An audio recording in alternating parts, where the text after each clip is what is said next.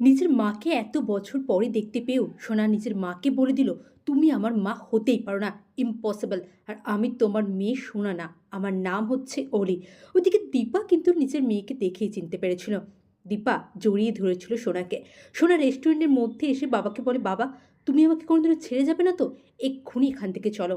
সোনা তো ভয় পাচ্ছিল, এক্ষুনি যদি এখানে মা চলে আসে আর বাবার মায়ের যদি দেখা হয়ে যায়। ওদিকে রেস্টুরেন্টে ফোনটা ফেলে আসে সূর্য। সোনাকে বলে, মানে অলিকে বলে, তুমি একটু দাঁড়াও, আমি ফোনটা রেস্টুরেন্ট থেকে নিয়ে আসছি। আর রেস্টুরেন্টে ফোন আনতে গিয়েই দীপার সাথে দেখা হয়ে গেল সূর্যর। অলি এত চেষ্টা করেও বাবা মায়ের দেখা হওয়াটা আটকাতে পারলো না। হ্যাঁ বন্ধুরা, অনুরাগীর আগামী পর্বগুলিতে আপনারা এমনটাই দেখবেন। চাই নতুন হলে চ্যানেলটা সাবস্ক্রাইব করে দেবেন। অনেক ধন্যবাদ সকলকে। ওদিকে সেলফি তুলছিল অলি। অলি বাইরে সেলফি তুলতে তুলতে দেখলো সেলফি ক্যামেরাতেই পেছনে যেন এটা আমার মা মনে হচ্ছে না। তারপরেই মাথাটা ঘুরিয়ে এসে দেখল যে সত্যি তো এখানে তার মা। সে অবাক হয়ে গেল যে আমি এবার এখান থেকে যাব কি করে।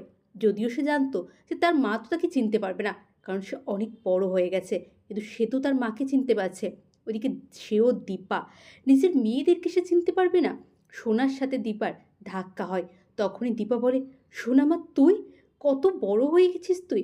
তারপরেই দীপা তাকে জড়িয়ে ধরে, কিন্তু সোনা উল্টো পাল্টা করে বলে যে তুমি আমার মা।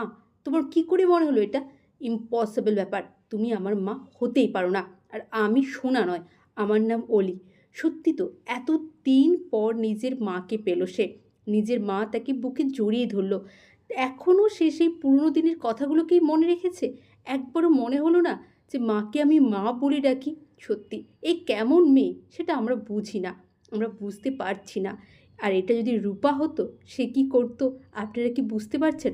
ওইদিকে এইভাবে যখন চলে যায় অলি, তখন দীপা ভাবে, সত্যি তো আমার উচিত হয়নি। অচেনা অচেনা একটা মেয়েকে এইভাবে জড়িয়ে ধরে বেকার বেকার আমি ওকে ভয় পাইয়ে দিলাম। না, আমি ওকে যে সরি বলবো। তারপরেই রেস্টুরেন্টে আসে দীপা। রেস্টুরেন্টে এসেও সে বুঝতে পারছিল না যে আমি কেন এরকম করলাম। ওই অচেনা অচেনা মেয়েটাকে আমি জড়িয়ে কেন ধরলাম। ওইদিকে সূর্যর তো মনে হচ্ছিল এই রেস্টুরেন্টটাকে নতুন লাগছিল।